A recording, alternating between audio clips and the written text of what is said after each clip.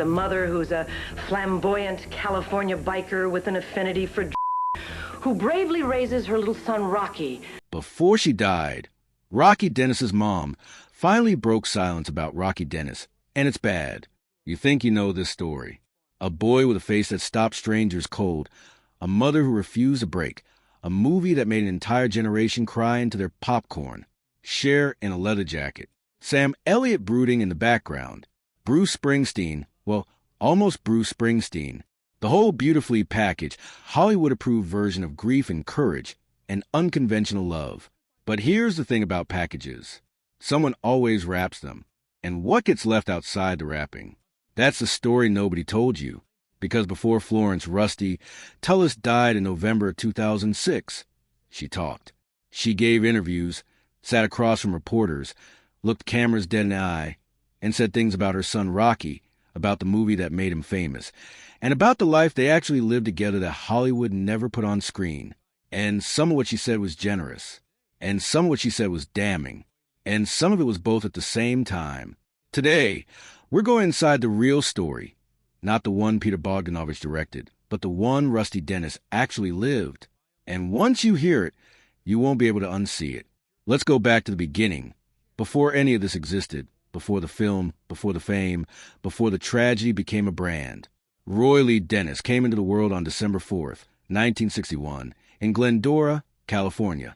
His parents call him Rocky almost immediately because as a baby, the only thing that would settle him down was being rocked. He was a sickly infant. Ear infections, sinus problems, the kind of recurring illness that worried parents but didn't alarm doctors.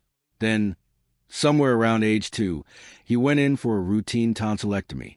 Routine until the x-ray technician looked at his skull and went very, very still. What followed was close to a year of visits to UCLA Medical Center multiple times each week, examination after examination, specialist after specialist, until the diagnosis finally landed: craniodiaphyseal dysplasia, a disease so rare that when Rusty first heard those words in 1965, doctors told her only 6 other documented cases existed in all of recorded medical history. Not 6 in California, 6 in the world. The condition works like this. Calcium deposits accumulate abnormally in the skull. Bone thickens. It pushes outward and inward simultaneously, distorting facial structure, compressing the brain, slowly destroying vision and hearing and neurological function. The prognosis the doctors handed Rusty was blunt to the point of brutality. Her son would go blind. He would likely suffer intellectual deterioration. And he would be dead before he turned 7 years old. Dead at 7. That was the medical establishment's verdict on Rocky Dennis. And the medical establishment did not know Rusty Dennis. Now, to understand what Rusty said before she died and why it cuts the way it does, you have to understand who Rusty actually was. Not the Cher version. Not the sympathetic anti-heroine with the smudged eyeliner and the heart of gold. The real woman. Florence Tullis. Born Steinberg. Grew up in Brooklyn, New York on May 29, 1936. Her father drove trucks. She was sharp, stubborn, and allergic to authority from childhood. By 13, she had been kicked out of junior high for truancy. By 14, she was smoking marijuana and running with motorcycle gangs. By 15, she had dropped out of school entirely and taken a job as a dancer at Coney Island, the kind of dancer they called a hoochie-coochie girl, and she was not yet old enough to hold a learner's permit. At 17, she married a truck driver named Tommy Mason. They had a son together, Joshua. That marriage collapsed, and Rusty came home to her parents. Then came Roy Dennis and California and Rocky. By the time Rocky was diagnosed, Rusty had already built her entire worldview around a single absolute conviction, that human beings have the power to make themselves well.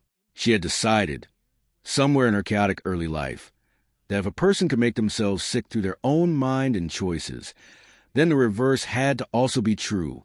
And she raised Rocky on that philosophy from the very beginning.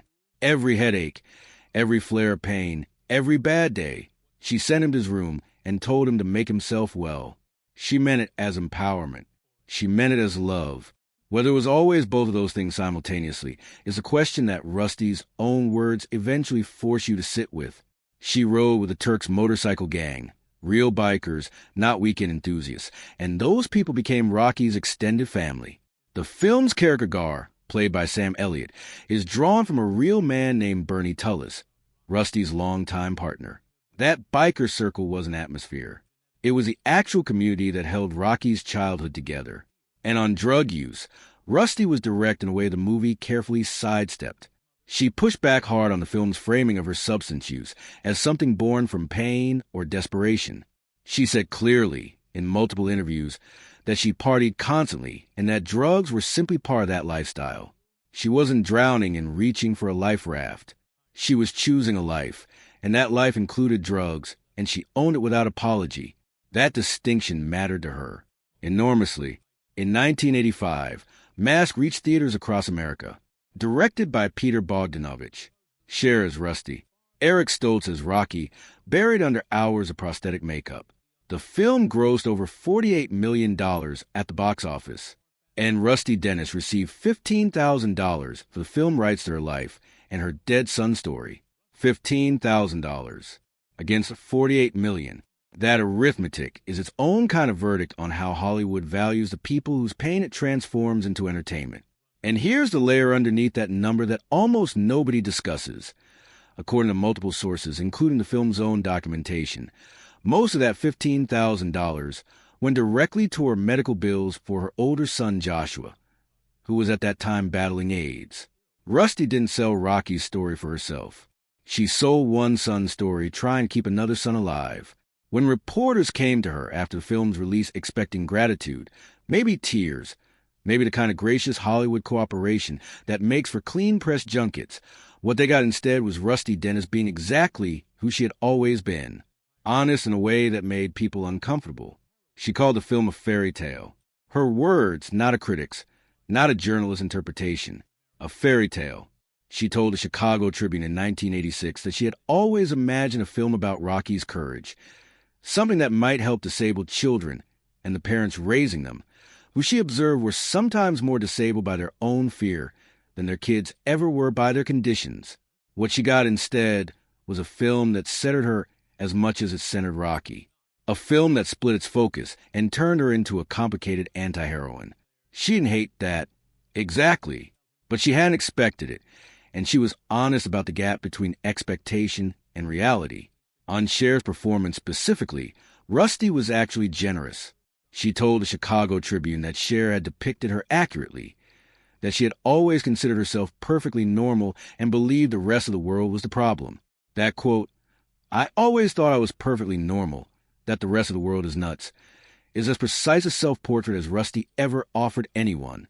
The two biggest factual departures she flagged publicly were these. First, the film compressed more than a decade of events into what appeared to be roughly a single year. Second, and this one visibly stung her, her older son Joshua was written out of the story entirely.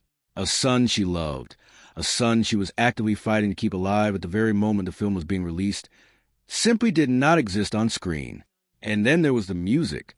Rocky Dennis loved Bruce Springsteen with the kind of devotion that teenage fans pour into that particular artist, complete and total. Director Peter Bogdanovich built the original soundtrack around Springsteen's catalog specifically because of that. Then Universal Pictures couldn't close a licensing deal with Columbia Records, and without telling Bogdanovich, they swapped the entire Springsteen soundtrack for Bob Seger tracks. Rusty appeared on a San Francisco talk show in 1985 and said her son and Seger's music. I don't think he even knew who Bob Seger was. 6 words. Devastating and precise. Bogdanovich was furious enough to sue Universal for $19 million, arguing the substitution violated his final cut rights. The Springsteen music wasn't restored until the 2004 Director's Cut DVD, 2 decades after the film originally opened. Rocky's own soundtrack, the music that had actually been the score of his real life, took 20 years to make it back into his own story. By September of 1978, Rocky was 16 years old. The disease that had been given a 7-year deadline on his life had taken 16 years to approach its finish line, and now it was close. He was using a wheelchair. The headaches that had followed him through his entire childhood had escalated into something that medication could no longer meaningfully touch. On the evening of October 3rd, 1978, Rocky, Rusty, and the biker family around them went out together to a restaurant. It was visible to everyone at that table how much ground he had lost. After dinner, they came home. Rocky had a headache, and Rusty did what she had done his entire life. Every single time, she sent him to his room and told him to make himself well. He never woke up. Rocky Dennis died in his sleep that night, at home, at 16 years old, just weeks away from 17. He had outlived his medical death sentence by nearly a decade. The film depicts Rusty discovering his body herself, a raw, private, devastating scene that Cher plays with real power. Here is what actually happened. At the time of Rocky's death, Rusty was not at home. She was at her lawyer's office dealing with a drug possession charge. Her partner Bernie called to tell her that Rocky was gone. That gap between the movie's version and reality isn't there to indict Rusty. It's there to show you how much distance exists between the polished version of a life and the actual texture of it. Hollywood smoothed those edges because rough edges make audiences uncomfortable. Rusty never smoothed anything. She told the truth about where she was. And the make yourself well philosophy she had applied to Rocky his entire life. She never publicly walked it back. She never framed it as a mistake or expressed guilt about the fact that those were the last words she ever said to her son. What she did say, repeatedly and clearly, was that she believed in that philosophy completely, that she believed it had given Rocky something essential, a life lived without ever seeing himself as someone who was dying. Whether that's comfort or something more complicated depends entirely on what you bring to the question. And Rusty was never going to answer that for you. To understand Rusty Dennis fully, you have to look at Joshua, because Hollywood erasing him from Rocky's story was a wound she couldn't entirely close. Joshua Mason was Rusty's firstborn, the son from her first marriage. He was a writer living in San Francisco when Mask was released, a year after the film came out. He was diagnosed with Kaposi sarcoma, the cancer closely associated with AIDS during the epidemic's most brutal years. He was openly gay. By his own account, Rusty was abortive, imperfect, as she was imperfect in everything but present. Joshua died in 1987 at 32 years old. Rusty had now buried both of her sons. The $15,000 from the film rights, the money the studio paid her for Rocky's story, had gone to try to keep Joshua alive. It had not been enough. In that same Chicago Tribune interview, she said of Joshua, "Joshua doesn't believe in dying, and neither do I." She meant it. She had applied that conviction to Rocky his entire life. She was now applying it to Joshua. And when it was her own turn, she applied it to herself. After Rocky died, Rusty moved to San Francisco and rebuilt herself in ways that the leather jacket image from the film would never have predicted. She took up Buddhism. She began working as a counselor supporting people struggling with drug addiction. She was involved with the Shawnee Project, an organization providing support to terminally ill patients, many of them dying from AIDS during the most devastating years of that crisis. The woman who had once defined herself by chaos was building something quieter, something that bore the weight of everything she had lost. She still rode motorcycles. On October 14th, 2006, Florence Tullis was riding her three-wheel motorcycle when the right tire separated from the wheel. She lost control. The bike hit a curb and her body struck a telephone pole. What followed was harrowing in a particular way. No one knew. There was no announcement. Friends and family had no idea what had happened until a brief item in the San Gabriel Valley Tribune mentioned an unidentified 70-year-old woman injured in a motorcycle accident. People who knew her made the connection and came to her. She had broken both legs and suffered a punctured lung. She survived the crash itself. She was Rusty Dennis. Of course, she survived the crash. But the infection that followed the injuries was a thing she could not fight off. Florence Rusty Tullis died on November 11th, 2006, at Beverly Hospital in Montebello, California. She was 70 years old. She died the way she had lived, moving, on her own terms, unable to stop. So strip away the movie. Strip away Cher's performance, which was genuinely brilliant and which Rusty herself acknowledged. Strip away the soundtrack dispute and the missing son and the $15,000 against $48 million. Strip all of it away and look at what's actually there. Rocky Dennis lived 16 years with a disease that should have ended his life before he finished first grade. He graduated junior high as an honor student. He was voted best buddy, most good-natured, friendliest camper. He tutored his classmates and negotiated his own rates for it. He memorized the night sky. He fell in love at summer camp with a girl who was blind and could not see his face, and she saw everything about him that mattered. When doctors offered him surgery to alter his features, he asked them who would he see in the mirror if they changed his face, and he chose to keep his own face. His mother was a Brooklyn-born biker with a drug habit, a gap in her formal education, and absolute certainty that the world was more broken than her son was. She was right about that last part. She fought every institution that tried to limit him. She refused every prognosis that tried to define him. She built him a family out of rough, loyal people who loved him without conditions. And on the last night of his life, she told him to go make himself well. She had told him that every day of his life, and every day of his life, he had tried.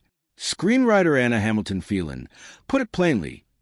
Rusty Dennis was not the PTA Mother of the Year, but she was exactly the mother Rocky needed. Whether that reads as a compliment or a complication is something each person has to decide for themselves.